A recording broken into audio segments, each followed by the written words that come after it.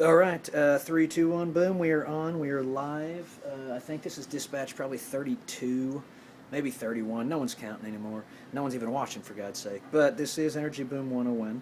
This is going to be the night series, Energy Boom 101 Nighttime. This is Sunday night, by the way.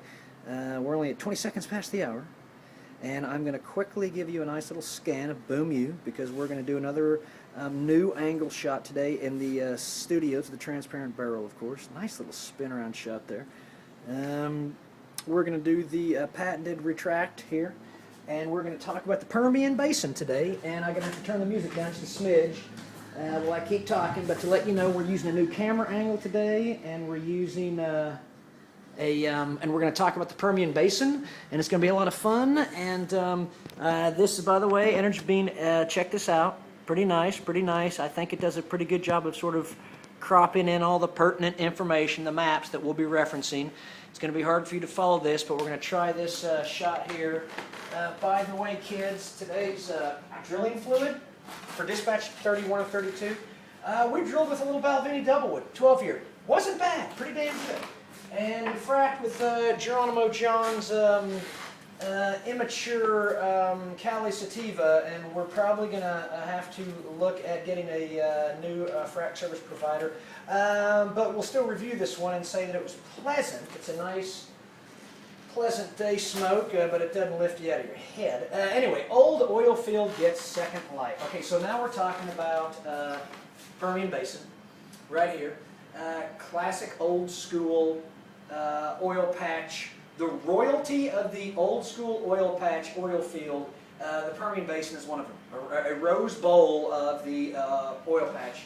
West Texas. Here's the huge breaking news.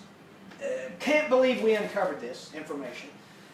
Right below, by the way, that $6 billion shale play that Devon executed wonderfully. I think time will show that. Devon, we're going to go ahead and reiterate, by the way, here. Big buy.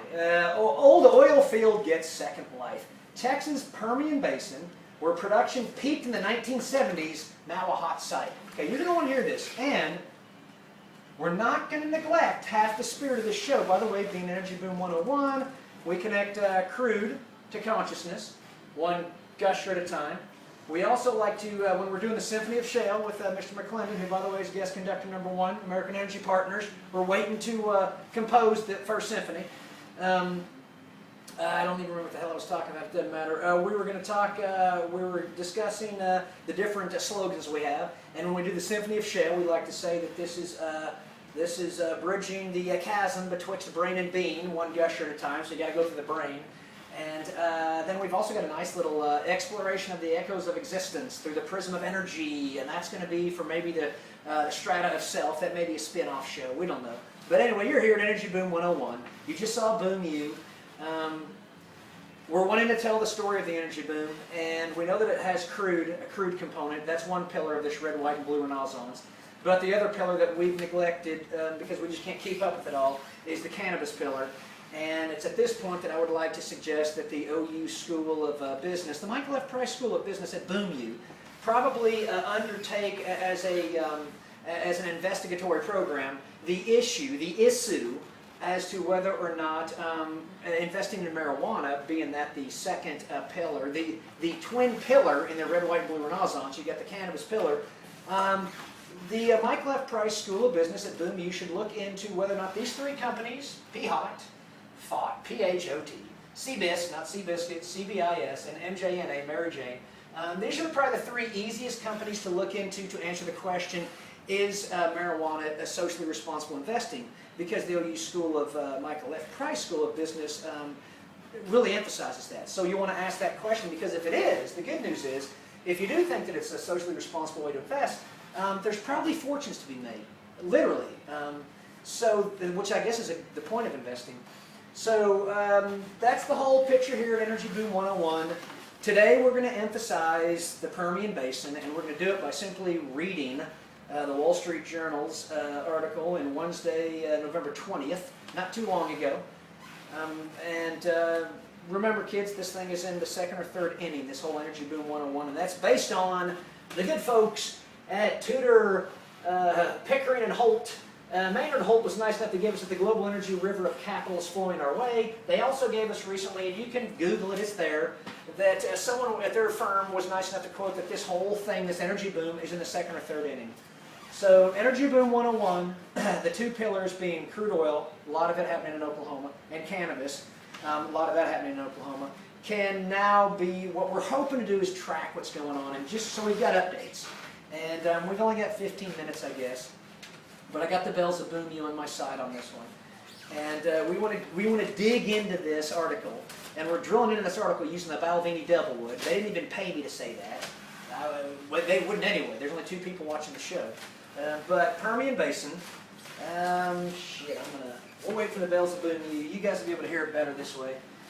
One of Texas' oldest oil fields, in decline for decades, has become one of the hottest places in the country to drill for crude, as energy companies create clusters of wells with layers of horizontal branches. That's what this is.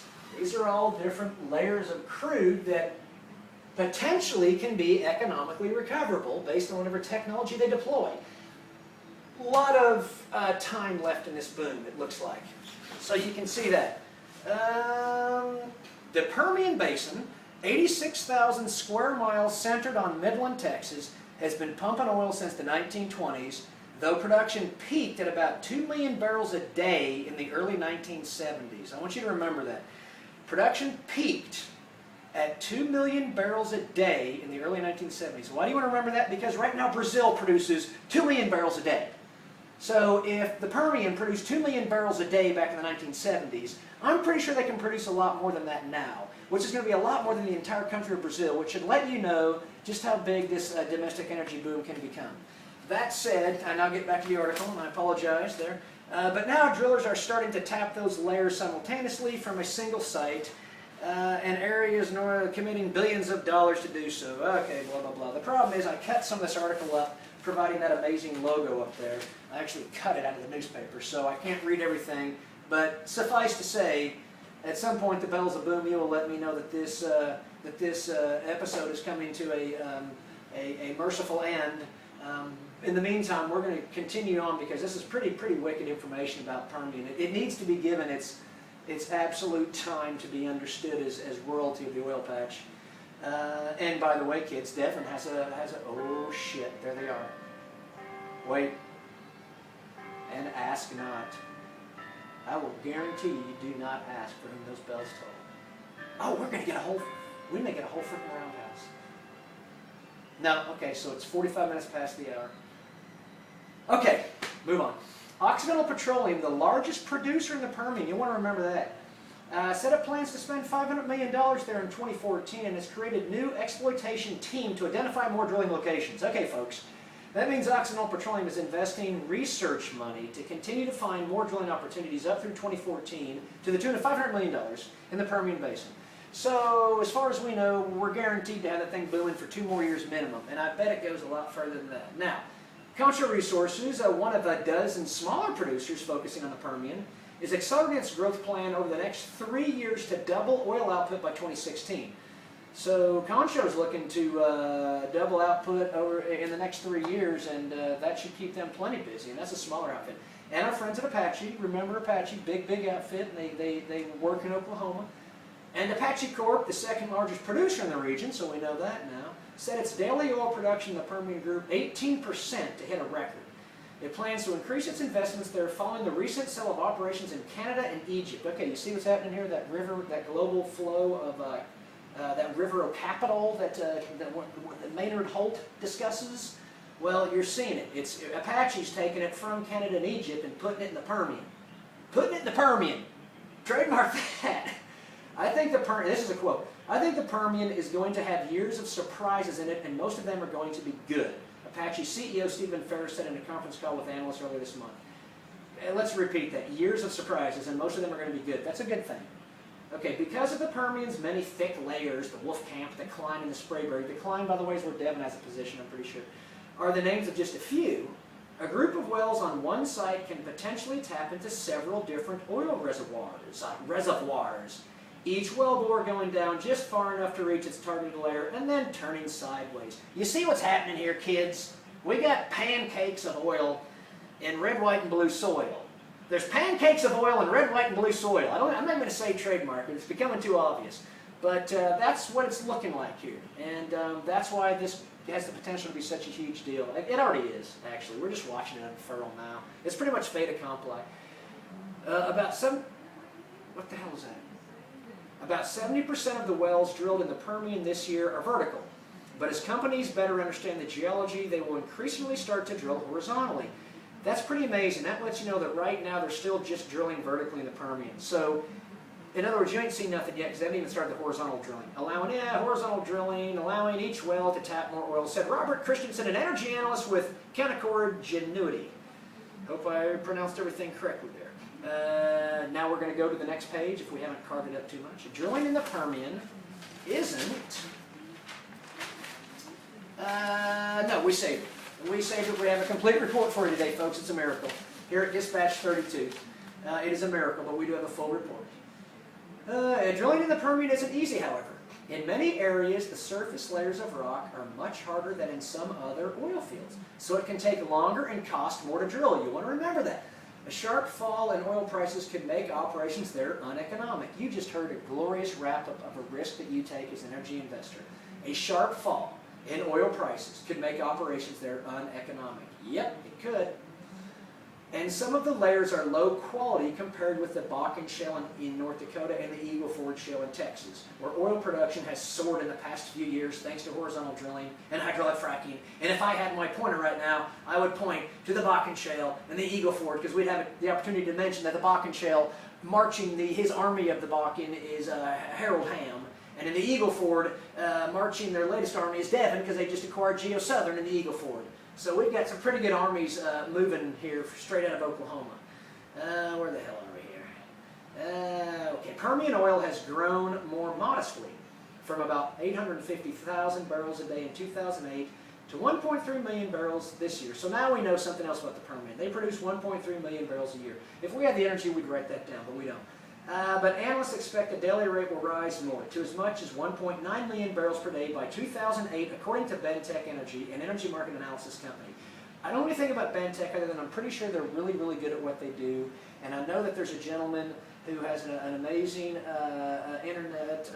You should go to the website. I think it's RBN Energy. I'll think of it in just a second. But they cite Bentech, so I would definitely listen to what Bentech has to say. My point being, I trust these numbers implicitly, which means nothing. But according to this, the boom in the Permian is going to continue to 2018, 1.9 million.